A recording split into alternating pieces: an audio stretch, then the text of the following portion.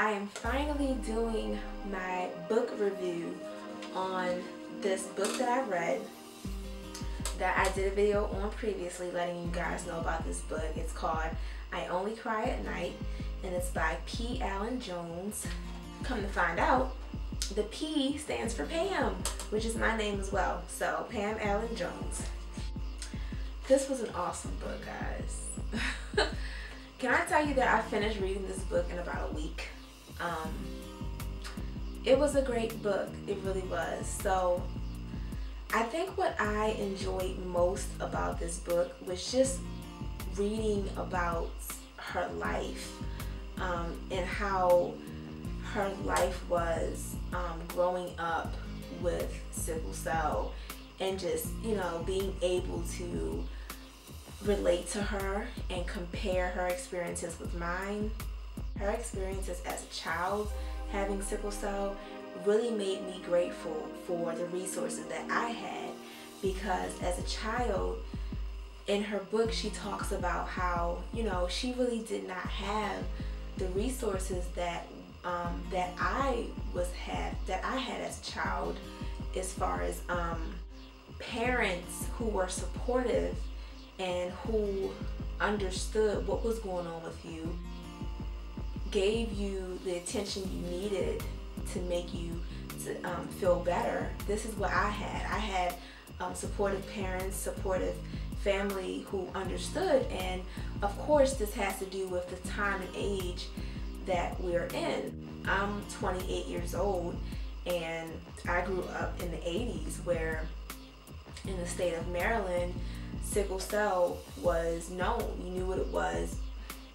Not to say that the care was great, but where I received care at, the care was pretty good compared to what she had to go through. It's like, oh my gosh, I don't think that I would have been able to handle that. So it really made me grateful for the experiences I had as a child living with sickle cell. Even though it was hard, it's even harder when you don't have that family support and you don't have that medical support. And it seemed to me as a child she really had to deal with it on her own, even though her mother was in her life and her father was in her life. But you know, at the time, the ignorance surrounded around sickle cell was just huge. So that's one thing that I got from the book. And it was just great. It was very well written. It was entertaining, you know. It made me want to keep reading, which is why I finished the book so quickly. Just reading about her life. She had, to me, a very interesting life. And she talked about some of her struggles as a child. And these are struggles that, these things let you know that people with sickle cell, you know, we're still people. We still have regular lives. We still deal with other things that everybody else deals with. But the sickle cell is just, it's just an added thing to our life that really can affect so many things in our lives.